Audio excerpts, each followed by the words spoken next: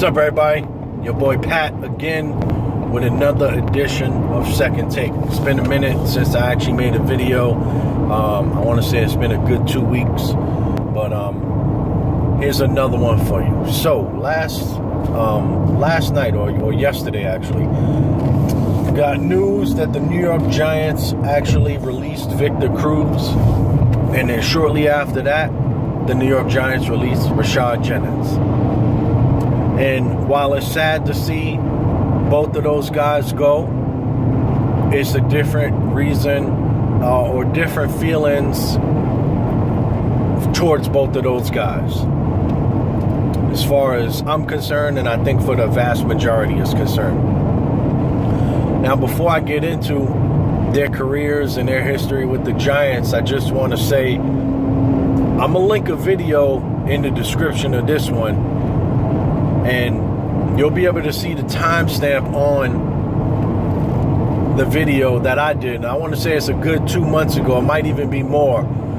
But I was the one that said it's top 5 New York Giants that got to go. And Victor Cruz and Rashad Jennings were both on my list. There's a couple of offensive linemen on there also, and I also gave a bonus offensive lineman on there. There's a total of 6, even though the video's top 5 Giants that need to go.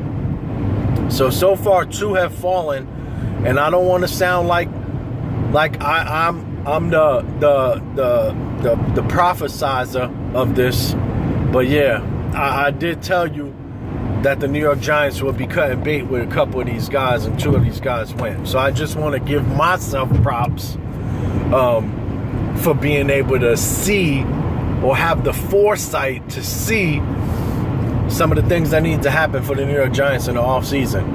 And it didn't happen, but not even a couple of days after the Super Bowl. So, with that said, Victor Cruz had a great run with the New York Giants. I remember when he came up out of nowhere, he had a couple of big, long touchdowns in the preseason where he made a couple guys miss. He made a couple of Pro Bowls. He was actually the number 1 wideout for a few years with Eli. His downfall really was when he tore his patella tendon. Then he had the calf issues. Then he had the ankle issues. And it really probably all stems from that.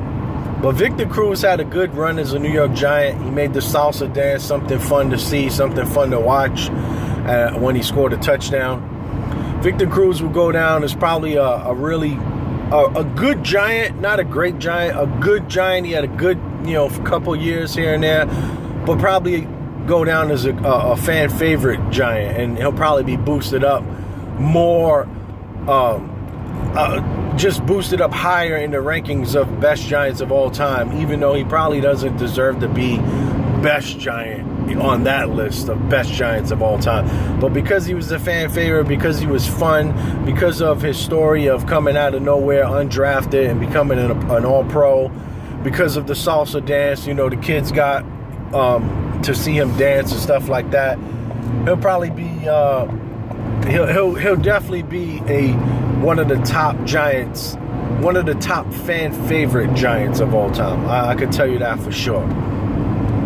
So last year, he really wasn't a part of the offense. He kind of displayed that, his displeasure with the offense. Sometime not. I think there was one game where he didn't even have any targets, but he had like 40 catches for 500 yards, give or take.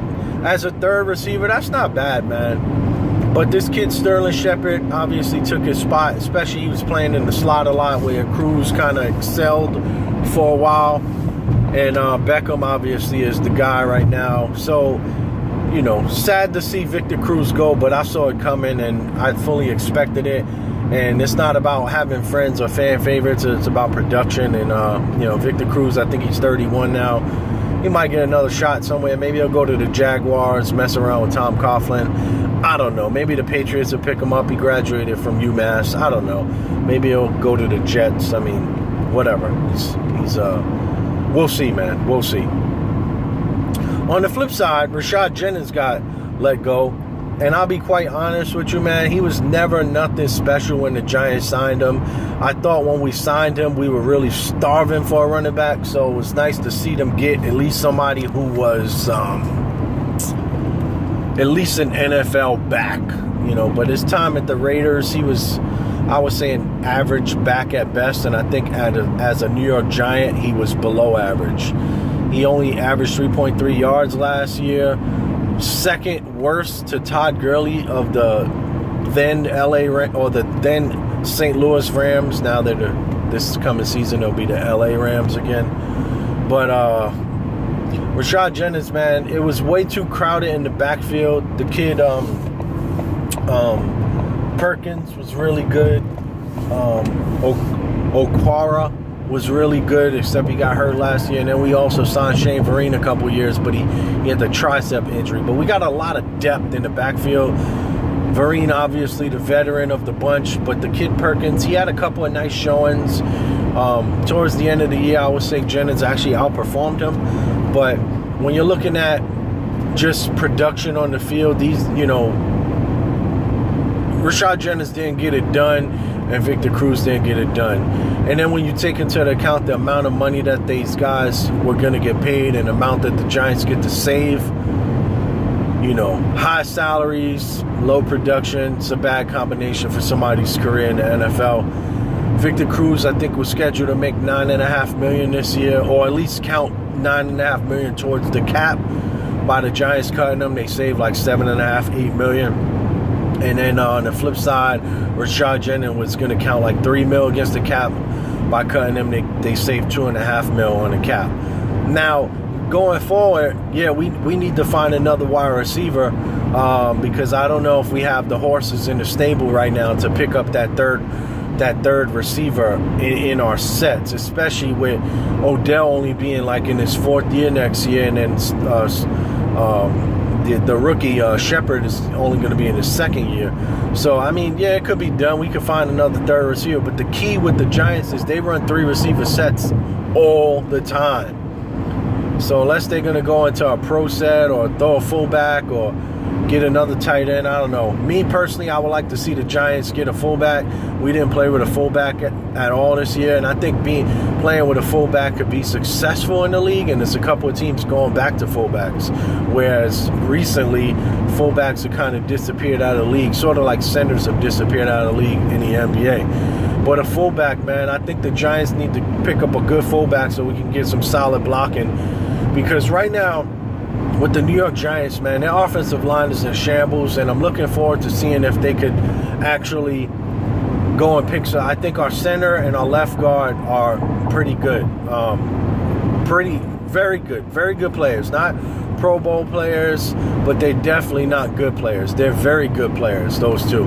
The other 3 are suspect. So I think if we got a fullback, that can only help our blocking because our line is very weak. I don't know why the Giants didn't see this going forward into the season this year. But, despite all that, the Giants had a pretty good season. They outperformed my expectations for sure. So I'm not mad at all. But we got some holes, man. I think the most pressing holes that we have, offensive line, man. Shore that up. I always start out all of my video reviews on the prior week's game with offensive line. How did they perform? It always starts there. So we'll see, man. But the running back situation, getting back into that, the Giants are looking to possibly dabble in the Adrian Peterson sweepstakes. Now, for me personally, man, a couple years ago I would have took him, but last year he didn't look too good, man. And obviously Minnesota has some issues with their offensive line too, so that could be a big issue. Why? But for me, man, Adrian Peterson probably one of the best backs of all time. Is he top 10? I don't know, but he's top 25. I would say that for sure. But at the age of 31, with the Giants having 2 younger backs in their stable already, and then also having Shane Vereen, man, the Giants are a pass-happy team, man. So if you want to give Shane Vereen full duties back there and have him more of like a scat back where he catches more out of the backfield than he runs, you could do draws to keep the defense kind of, not sure of if it's going to be a run or a pass. But when it comes down to it, man, can the Giants even run the ball even if they had Adrian Peterson with the offensive line that they have? I don't think they can. In 2 miles, use the left lane to take the I-95 north exit toward Jacksonville. Sorry, man, I'm driving, so the GPS is going off. But unless they fix the The offensive line, I don't think you bring in a stud running back, man. I think you say what you got, man. Maybe get a fullback, maybe go the scat back route where you pass a lot to the majority of the time to your back because you're a pass offense anyway. I don't know, man, but maybe that helps Eli because the running back coming out of the backfield is a quick pass. He doesn't have to take these deep drops and be pressured.